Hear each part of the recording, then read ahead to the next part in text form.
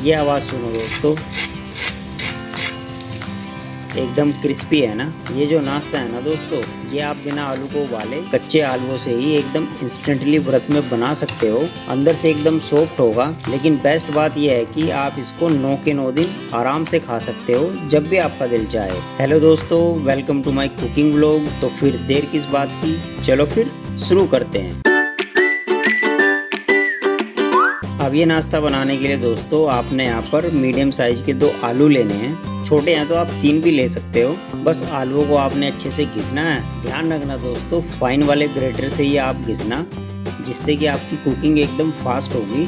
अगर मोटा वाला ग्रेटर होगा तो आपके आलूओं को पकने में टाइम लग जाएगा। बस घिसने पर यहाँ पर आलू को पानी में डालना और लगभग 2-3 बार इसको अच्छे से धुलना जरूर, ताकि जो एक्स्ट्रा स्टार्च है वो निकल जाए और आपका नाश्ता एकदम टेक्सचर में बहुत बढ़िया है। अच्छा, यहाँ पर आपको इंस्टेंट एक आटा बनाना होगा। कुछ नहीं करना दोस्तों, बस आपने जो सामक के चावल होते हैं जो व्रत में यूज़ करते हैं, उसे समा के चावल भी कहते हैं। और ये सामक के चावल आपने यहाँ पर आधा कप लेने हैं और इसी में ही आप यहाँ पर 1 टेबल स्पून साबुत दाना डालना। अगर आपके पास है तो आप डाल सकते हो, अगर नहीं है तो स्किप कर देना, लेकिन इससे एक एक्स्ट्रा क्रिस्पीनेस आती है दोस्तों। बस ध्यान रखना, आप इसको मसाला पीसने वाली मिक्सी में ही पीसो और इसको बस थोड़ी देर पीसना। ज़रूरी नहीं है कि एकदम फाइन पाउडर हो जाए, बस सब कुछ अच्छे से पिस जाना चाहिए। ये देखो, कुछ इस तरह से आपने पीसना है। अब बस सीधा ही गैस को ऑन करते हैं और सबसे पहले मैंने यहाँ पर 2 चम्मच घी डाले हैं। इसी घी में ही आप यहाँ पर 2 चम्मच मूँगफली को रोस्ट कर लेना। बस चटकने तक ही दोस्तों रोस्ट करना है, ज़्यादा देर नहीं। अगर ज़्यादा देर करोगे तो ये मूँगफली आपकी काली पड़ जाएंगी। जैसे ही रोस्ट हो जाए इसको निकाल लेना। अब बाकी बचे घी में ही आप सबसे पहले यहाँ पर 1 चम्मच जीरा डालना। जीरा जैसे ही पक जाए तो आप यहाँ पर अदरक डालना और 2 चम्मच तिल भी डाल देना। अगर आप व्रत में खाते हो तो डालना, अगर नहीं खाते तो कोई दिक्कत नहीं है। बस आप इन चीज़ों को अच्छे से रोस्ट जरूर करना, इनसे ही फ्लेवर निकलेंगे। अब यहाँ पर 2 से 3 हरी मिर्चें डाल देना, फाइनली चॉप करके डालना दोस्तों। और फिर घिसे हुए आलू को डाल, ध्यान है आलू से सारा पानी निकालना है फिर ही डालना है दोस्तों। आपको अब आलू को थोड़ा सा भूनना है और 30 सेकंड से 1 मिनट आपको इसको भूनना है। आलूओं को हल्का सा भूनकर वो जैसे ही नरम हो जाए अच्छे से, फिर यहाँ पर आप 1 कप पानी डालना। पानी का लॉजिक ये है कि आपने जितना सामक के चावल लिए हैं उसका डबल आपको पानी चाहिए। इसी टाइम पर आप यहाँ पर 1 चम्मच सेंधा नमक डाल देना, काली मिर्च फ्रेशली कूट कर डालना और इन सारी चीज़ों को अच्छे से मिलाकर ढक्कन लगा देना। ढक्कन लगाने से दोस्तों आलू अंदर तक अच्छे से पक जाएगा, इवन कुकिंग होगी और सबसे बड़ी बात मॉइस्चर लॉस नहीं होगा। मतलब जितना पानी हमने पहले डाला था लगभग उतना ही रहेगा। अब देखना दोस्तों, ढक्कन खोलने के बाद बहुत इंपॉर्टेंट पॉइंट है इस रेसिपी का, मैंने फ्रेश धनिया तो डाल दिया, उसको अच्छे से मिला दिया, फिर आप गैस को बंद कर देना। ध्यान नहीं दोस्तों, जब आप यहाँ पर आटा मिला रहे हो तो गैस बंद होना चाहिए। सारा आटा आपने एक साथ नहीं डालना, थोड़ा सा डाल देना और उसको अच्छे से मिलाना। ये सारे स्टेप दोस्तों मैंने इसलिए करे हैं ताकि आपको बनाने में कोई दिक्कत ना हो, गुठलियाँ बिल्कुल भी ना आए। धीरे धीरे करके सारा आटा मिल जाएगा।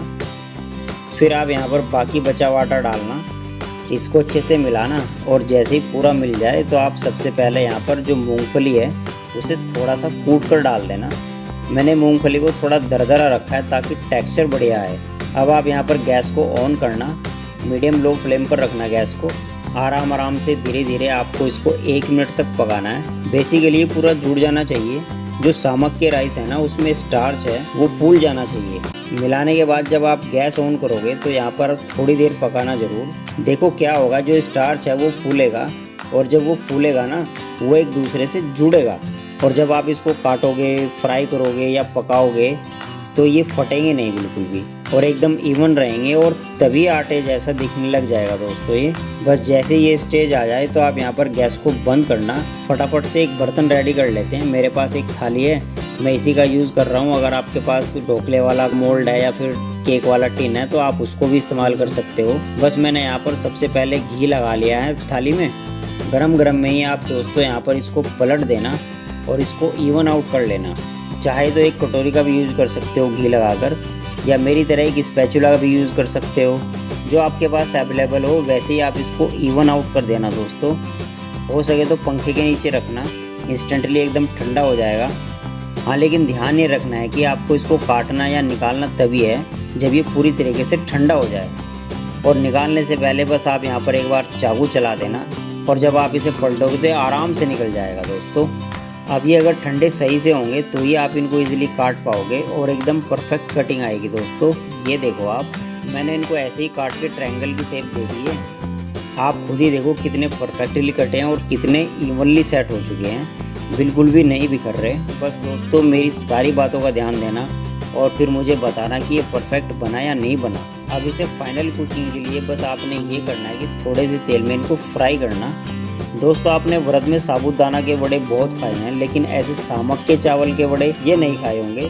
और इनकी बेस्ट बात ये है दोस्तों कि आपको इनको डीप फ्राई करने की ज़रूरत नहीं है। बस मीडियम हाई फ्लेम पर इनको थोड़ा सा तेल में पकाना उलट पलट के, जब तक ये गोल्डन ब्राउन नहीं हो जाते। और जब ये गोल्डन ब्राउन हो जाए तब आप इनको तेल से निकाल लेना। आप इसे व्रत की स्पाइसी सी चटनी के साथ सर्व करना, आपको बहुत ज़्यादा टेस्टी लगेंगे दोस्तों। आप आराम से इस रेसिपी को 9 दिन तक स्टोर करके भी रख सकते हो दोस्तों आपको और आपकी फैमिली को नवरात्रि की बहुत बहुत शुभकामनाएं और मिलते हैं आपसे बहुत जल्द एक और वीडियो के साथ।